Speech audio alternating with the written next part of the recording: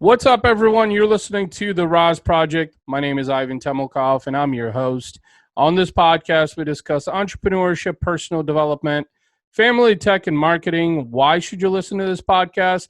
This podcast is for those of you who are looking for life-changing advice and ways to thrive digital with your business. As always, all content is 100% real, raw, and unfiltered. Very excited today to have another guest on the podcast. His name is Will Zhang, and he is the founder and CEO of Fintelics. Fintelics is an advanced technology consulting and solution development company. Prior to that, Will worked for IBM, then became the CTO of Stafford.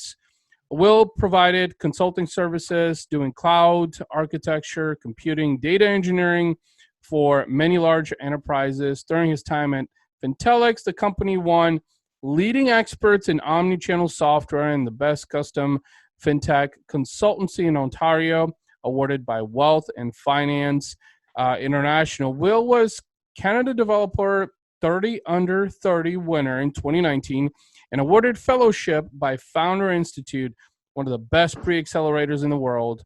Will was invited by IBM, Cascon, and IEE to present the academic speech of blockchain and cloud computing, specializes in software engineering, omnichannel app development, DevOps, cloud computing, big data, blockchain, machine learning. Will, welcome to the show. Thank you so much for having me, Evan.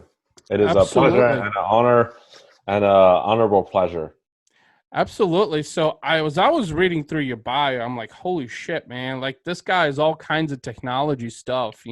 This is amazing. I mean, you've done some amazing things. And as a fellow tech guy, I mean, I drop my head off to you, man, because these are just some amazing accomplishments that you have here. I'm so happy for you that you've been able to do these things. Thank you so much. So yeah, but your hat is still on though. Like that's well, it is still on because you won't like what's underneath it. Okay.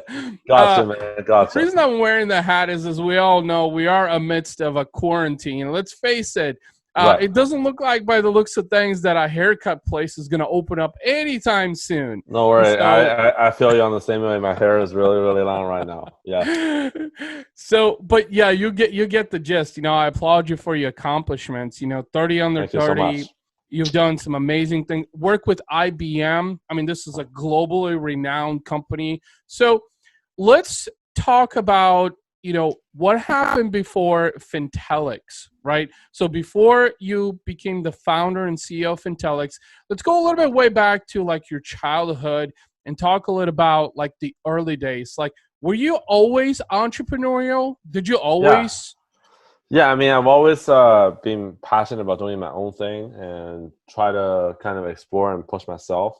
Before I even graduated from university, I kind of started my own consultancy at the time using some of the a little bit more traditional type of technology, like for instance, PHP or some traditional framework like WordPress to build websites. But as I grew older, I wanted to work for a big company. And IBM was kind of my dream company because they invented a lot of cool stuff, SQL, power computing. IBM was like my dream company. But after I, had my experience at IBM, I realized this big company is great. You get to learn a lot of stuff. You get to meet a lot of, brilliant people, but it wasn't for me to be essentially devoting my career solely on one enterprise.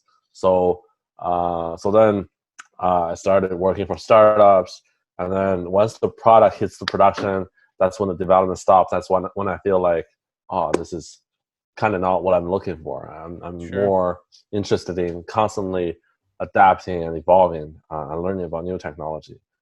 And so that's kind of what kicked off the idea of building the company, of building Fintelics. And I was fortunate enough to meet a group of like-minded people, and who ended up working for the company that I built. And so far, we've been doing great. As you you mentioned, doing Sure. pretty well for a startup. But obviously, this is just the beginning, and we still got a long way to go. Um, Very cool. Very cool. Well, as the reason I individuals. was asking, those questions is because as you were kind of mentioning about your experience with IBM, it really got me thinking to, some of my earlier days is being swayed by these big brands because, like you said, IBM was your dream company, right? And so for Right. as long as you could remember, you wanted to be a part of a big movement. And let's face it, Right. companies like IBM have indeed, created some of the best technologies out there in the world that are even utilized to this day. Absolutely, Now, yeah.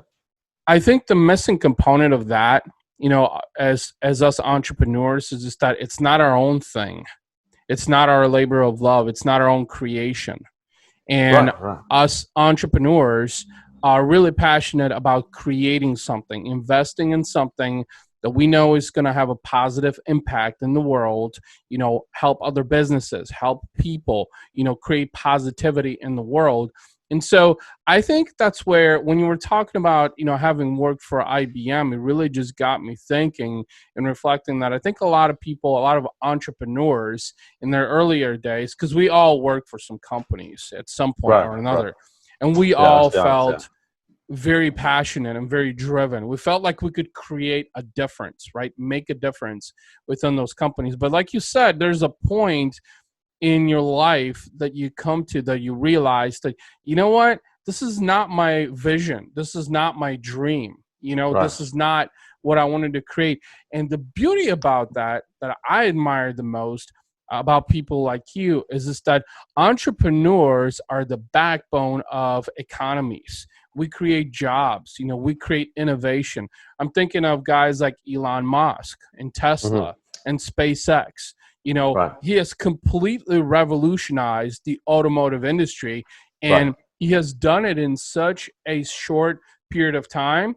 And the automotive industry was kind of like, I guess, on an autopilot for decades and decades, thinking that, you know what, we'll just keep doing the same shit. Nobody's going to pass us up. Nobody's coming out with anything innovative. And then Elon Musk comes in and suddenly Tesla and all these big automotive makers like, GM, for instance, being one of the biggest ones in the world, is like, holy shit, we have to revive our approach to compete with companies like Tesla. So suddenly the underdog, right, becomes the leader and the innovator in a very saturated, very competitive industry.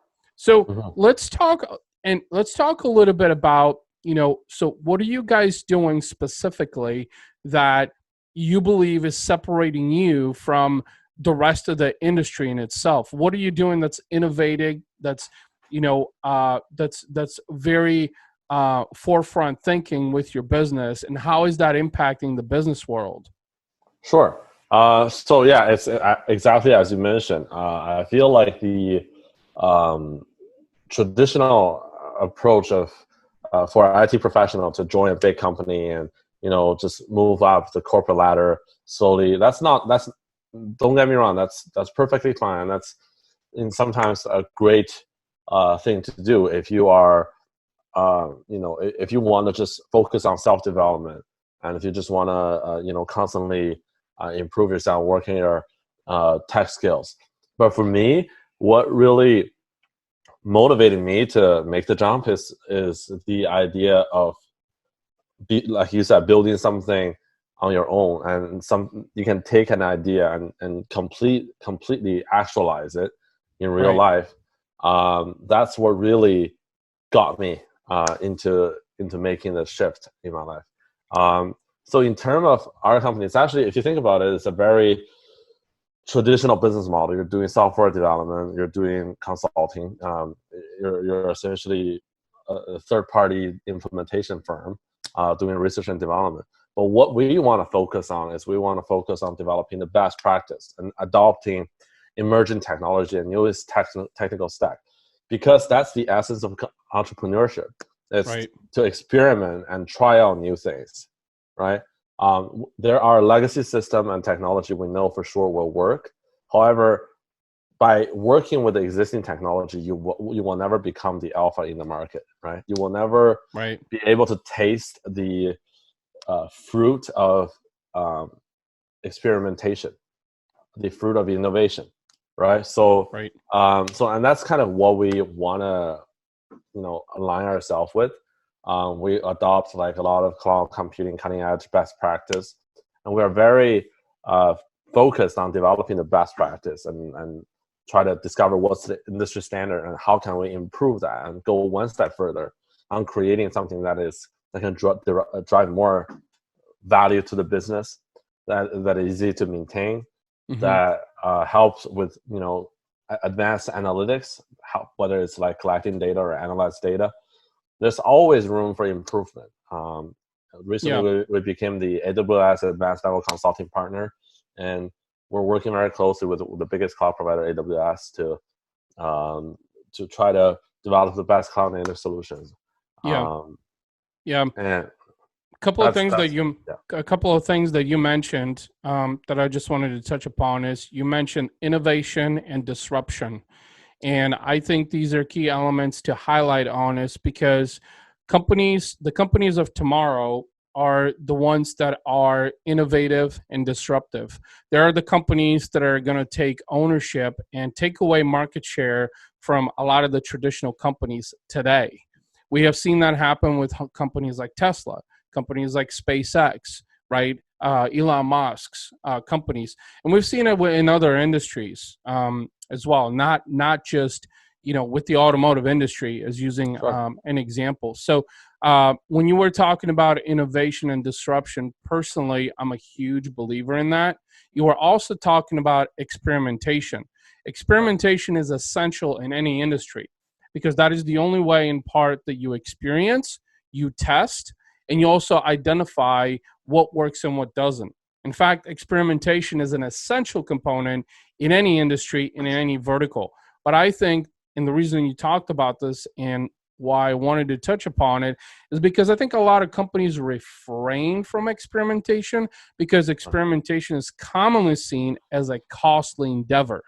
It can cost money, it can cost time, and it does not have a definitive outcome, right? Experimentation is just a giant puzzle mark. So, you were talking about data, you were talking about software and applications, right? Well, there's no actual determination that when you're experimenting with something that's going to come to fruition. But that's why you experiment and test. Right. So you can find out what works and what doesn't.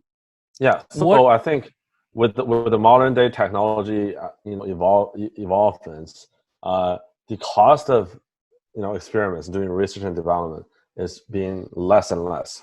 So it's becoming less and less. So if you're smart about experimenting and building out your own idea, and you're able to do that quickly and cost effective manner, you're able to set yourself from your competitors. So, and if you don't, you're not willing to do that, you're going to fall behind. Doesn't matter what sector you're in real estate, finance, whatever. If you're not aligning yourself with automation or just the self-motivate your own organization to align yourself to innovate quickly, it's very easy for you to fall behind. Absolutely. One question that I wanted to ask you while we're on this topic is, so as you're disrupting and innovating, which, by the way, like I said, I'm a huge fan of, leaping forward, being an early adopter of many things. Right. Who are some of the what is your target audience? What is your buyer persona? What are some of the brands and companies that you're trying to align to, to introduce this new disruptive and innovative technology that you've been working on? Well, actually, our clients are a decent chunk of our clients are startups, VC-backed startups that are heavily relied on technology, as you would probably imagine. Companies that are more of like a medium-sized or traditional, sector, they probably are looking for something that's more stable. Whereas startups can really get the ROI or the benefit out of innovating and experimenting with new things because they had nothing to begin with, right? So by doing so, a lot of our clients have generated a tremendous amount of ROI based on their initial investment on building a particular product, whether it's blockchain, human resource related, education, online education. It spans across different sectors, automotive. We have clients also in esports. So that's essentially the gist. It's startups that are looking to leverage technology to the fullest. Okay. And the other kind of the opposite end of the spectrum is the enterprise or bigger company, Fortune 500 companies that have a research and development initiative. In that case, you usually bring on consultant one by one. Like they pick a particular consultant with a specific set of skills to bring them on board as a dedicated consultant, because they have a lot of money. Let's face it, they have a lot of money, a lot of funding and resources, and they have the additional resources to do research and innovation.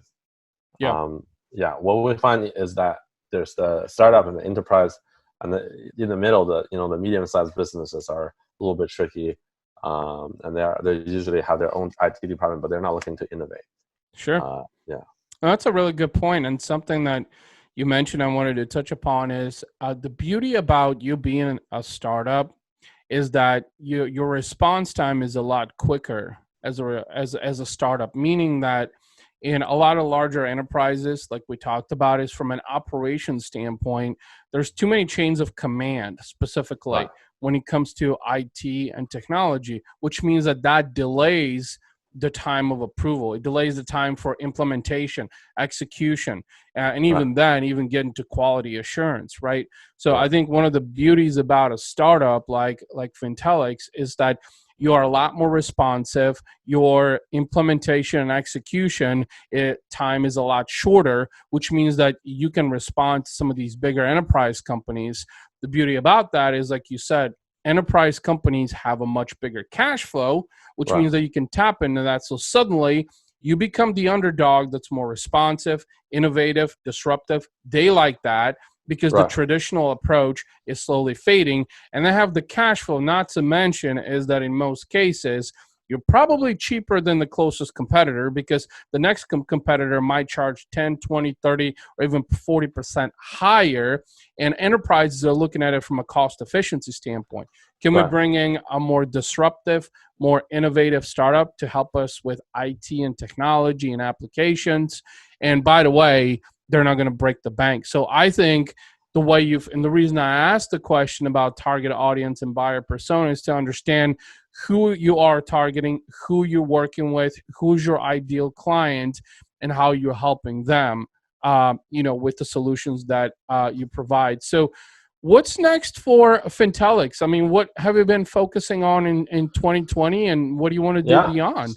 Yeah, so previously our focus has mainly been serving our existing clients. Recently, about last year or so, we started an initiative to incubate our own product and develop our own solutions that is easier to scale. And one of our principle has always been, focusing on people, because what is kind of like I'm very passionate about finance aside from technology. What is the intrinsic value of a technology firm? It's the people. It's the tech professional, right? They're the people who's doing the groundwork. They're the people who's doing all the heavy duty, the heavy lifting, innovating, and creating value for the economy. So we really try to align our interests as much as we can with our employees, with our team members. We treat everyone with respect, and we want to make sure that they learn a new skill set every once in a while. So we develop a lot of technology, such as a knowledge sharing platform, and also like a documentation mechanism to document, technical solutions, so that our team can quickly learn and pick up a skill set from each other. And we developed some structure called technology talent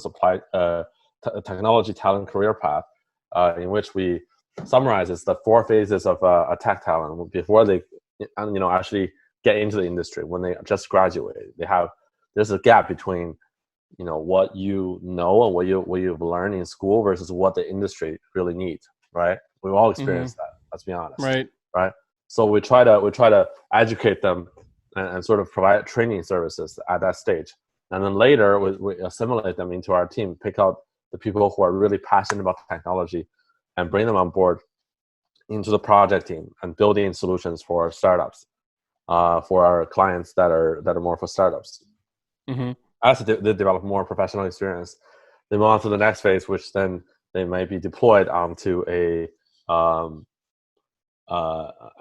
enterprise as a dedicated consultant, because by then they have a tremendous amount of project experience, and they also have a decent amount of leadership and communication skill sets. And afterward, if they are really ambitious, we sort of make them one of our partners and have them leading either their own practice or leading our own startup. We provide all the other necessary resources and connections that we can gather, and we try to develop solutions on our own. The Founder Institute fellowship was really awarded towards a product that was developed by us, and we would try to create a spin-off called Accounting Wizard, which is an accounting automation tool, and the knowledge sharing platform is called Savant. So, and it will be released very soon. So stay in tune for that as well. Awesome. Yeah. Awesome. Well, I'm very excited about everything that you guys are doing. Sounds like, you're growing, you're introducing new ideas, you're packaging, your product, you're doing all kinds of great things. And before we close things off, can you tell the audience, how can people find you out there? What's the best way to connect with you? Throw out some social handles. Sure. You can find us on LinkedIn. That's where we're most active. On Instagram. And also, you can just go on our website or email us at info@fintelics.com. Okay, awesome. That's fintelics.com. I love the T-shirt, by the way. I like the up arrow. That's really creative. So, Will, thank you so much for your time, man. I really appreciated the conversation. Thank you so much for taking the time to share a little bit about your company. I'm very excited about all the things that you guys are doing. Congratulations, and hoping that 2020 is fruitful for you.